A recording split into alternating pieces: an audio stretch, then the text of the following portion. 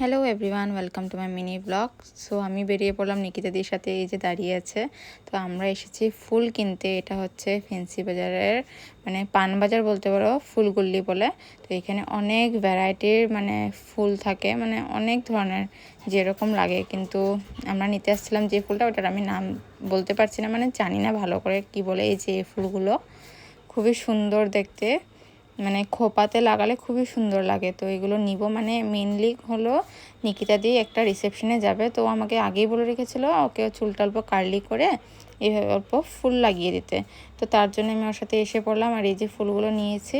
তো এখন ওদের ঘরে যাব, গিয়ে ওকে অল্প মেকআপ টেকআপ করে একটু হালকা ফুলকা সাজিয়ে আসবো। তো এই যে আমরা যাচ্ছি। তারপর যেতে যেতে আমরা মানে ওই দিন খাবো বলে ভেবেছিলাম, খেতে পাই নাই, তাই যাচ্ছি খেতে। আর এই যে দেখো রমজানের মাস এটা। আর এই যে ফেন্সি বাজার খুব সুন্দর করে সাজানো আছে। আর অনেকটা ভিড় ছিল, সানডে বলেও মানে অনেকটা ভিড় ছিল, খালি ছিল না রাস্তাঘাট। আর এই যে দেখো টাইপো মোমো, এটার জন্য ওই দিনও আসছিলাম কিন্তু পাইনি।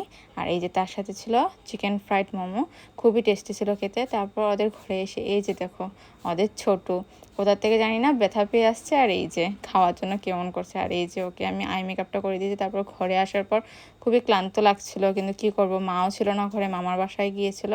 তাই আমি অল্প চিকেন ম্যারিনেট করে রাখলাম, তারপর আমি চিকেনও বানিয়ে নিব। এই যে দেখো চিকেনটা দেখতে যতটুকু ভালো লাগছিল না, খেতেও তেমনই টেস্টি ছিল।